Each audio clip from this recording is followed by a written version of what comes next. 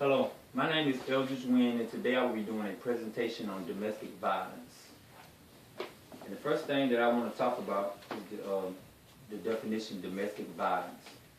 It is a pattern of abusive behavior in a relationship that occurs when one tries to gain or maintain control over another intimate partner. You know, when one wants to rule the relationship and not let the other spouse, the other husband or wife, you know, be equal in the relationship as it should be. Domestic violence can occur in a variety of ways. It can occur in a physical, emotional, or sexual way. In the physical, it can occur to the beating. It can occur to the beating. You know, it could lead to, you know, when dad hits mom, mom hits dad. You know, the kids are getting involved, and everybody's witnessing, you know, the beating and the domestic violence in the home. You know, the kids can be affected, you know, throughout their whole life. It could affect their whole life to where when they grow up, they'll think that domestic violence is right, and they will be doing domestic violence.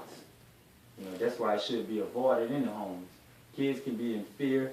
You know, they could be traumatized through the domestic violence in a home. You know, that's why domestic violence should be avoided. The emotional part of domestic violence could be when, you know, you talk bad about your spouse. You know, you talk down on them like they would never be nothing. They would never amount to nothing. They would never achieve anything in life, all because you feel some type of way.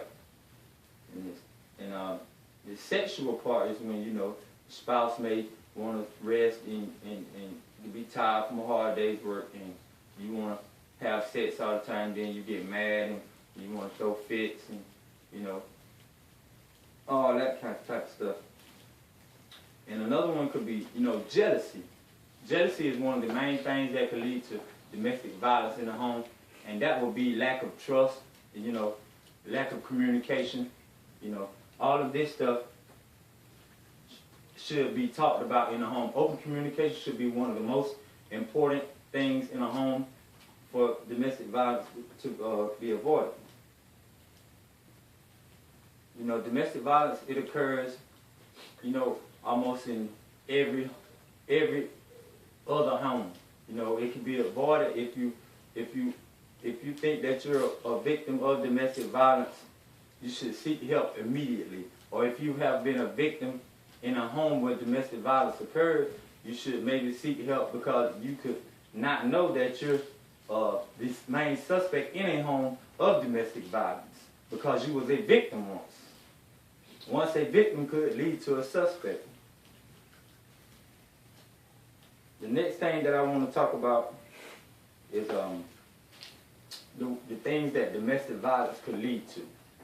It could lead to the loss of kids. It could lead to the loss of family members not wanting to be around and not deal, and family members not talking to the spouse, the husband or the wife, due to domestic violence. It could lead to murder.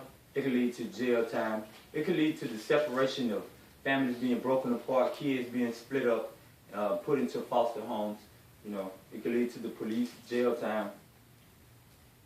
And the next thing that I want to talk about is, you know, like domestic violence, it occurs not just in this town or that town, but it occurs all over the world.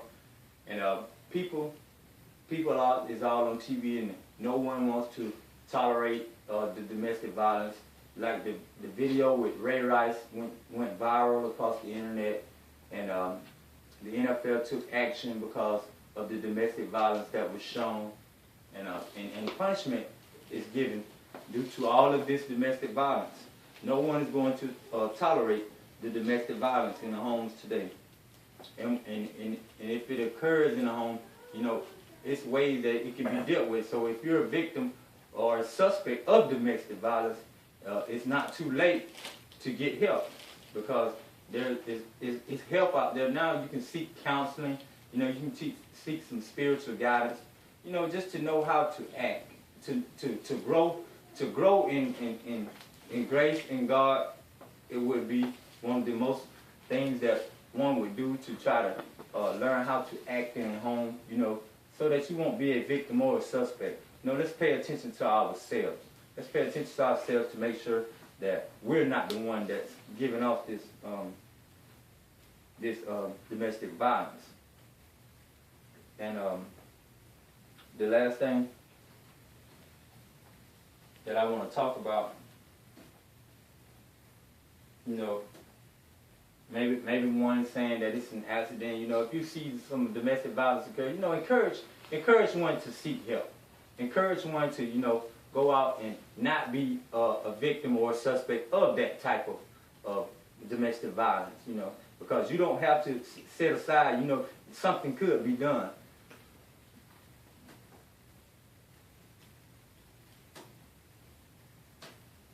And for our closure, you know, the main thing, the one way to prevent this domestic violence is having open communication with one another. You know, two people coming together, there are going to be similarities and there are going to be differences.